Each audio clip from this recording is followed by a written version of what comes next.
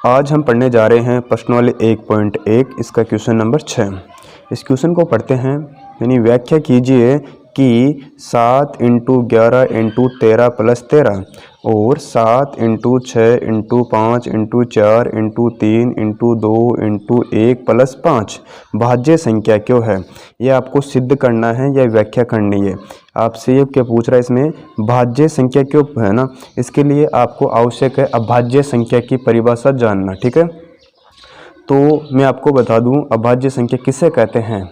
ऐसी संख्याएं जिनमें खुद का ही भाग जाए और किसी दूसरी संख्या का भाग नहीं जाए, वो संख्या कहलाती है अभाज्य संख्या। आ रहा है कुछ समझ में बच्चों, यानी ऐसी संख्याएं जिनमें खुद का ही भाग जाता हो और वो किसी दूसरे के पहाड़े में नहीं आती हो, वो संख्या अभाज्य कहलाती है। जैसे मैं आपको बता दूं, जैसे 2 है, 3 है, 5, 7, 11, 19 इत्यादि संख्याएं हैं जो अभाज्य संख्या है। लेकिन इसमें पूछ क्या रहा है कि भाज्य संख्या क्यों है, यानी भाज्य संख्या की परिभाषा क्या हो गई। यानी भाज्य संख्या हम उस संख्या को कहते हैं जिसमें खुद के अलावा अन्य संख्या का भी भाग जाता है। अब जैसे मान लो 4 है, इसमें 4 का भाग तो जाएगा ही जाएगा, लेकिन साथ में 2 का भाग भी तो जा रहा है ना, अतः 4 एक भाज्य संख्या हो गई। इसी प्रकार 20 ले लेते हैं, यानी 20 में खुद का भाग तो जाता ही जाता है, लेकिन इसमें 4 का भी जाएगा 20 का भाग और 5 का भी 20 में भाग जा रहा है, अतः 20 भी एक भाज्य संख्या है। इसी प्रकार ये आपके सामने 2 समीकरण दे रखे हैं, इनको सोल्व करके आपको चेक करना है कि भाज्य है या अभाज्य है, और अगर भाज्य संख्या है तो क्यों है। ठीक है, यानी आपके पास 2 समीकरण है, 7 × 11 × 13 + के 13।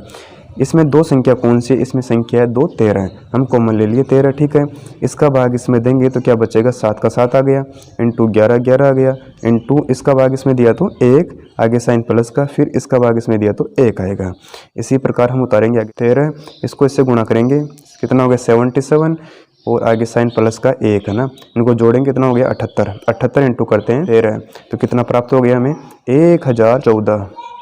इसी प्रकार इसको सोल्व करते हैं, इसको हम यहाँ उतार लेंगे। इसमें 2 संख्या कौन कौन सी थी, 5, यहाँ भी 5 है, यहाँ भी 5 है, बीच में प्लस आ गया ना, इसके लिए हमको कॉमन लेना है, यानी कॉमन कितना आ गया 5। इसका भाग इसमें देंगे तो कितना आएगा 7 का 7, यहाँ 6 के 6, इंटू 5 का भाग 5 में दिया तो 1 आ जाएगा, into 4 into 3 into 2 into 1 plus, फिर इसका भाग इसमें देंगे तो 1 आ जाएगा।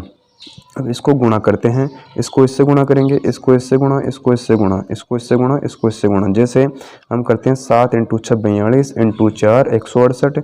अब इधर कर लेते हैं 2 × 3 कितना हो गया 6। अब करेंगे 168 इंटू 6 कितना आ गया 1008, आगे साइन प्लस का प्लस कर दिया, 1 उतार दिया। ठीक है, इन दोनों को ऐड करेंगे तो हमें प्राप्त हो जाएंगे 1009। अब करेंगे 1009 इंटू 5, तब हमें प्राप्त होंगे 5045। इसमें आपको एक बात ध्यान में रखनी है, जो आपके पास दोनों संख्या प्राप्त हुई है, इनमें किसी अन्य संख्या का भाग भी जा रहा है क्या।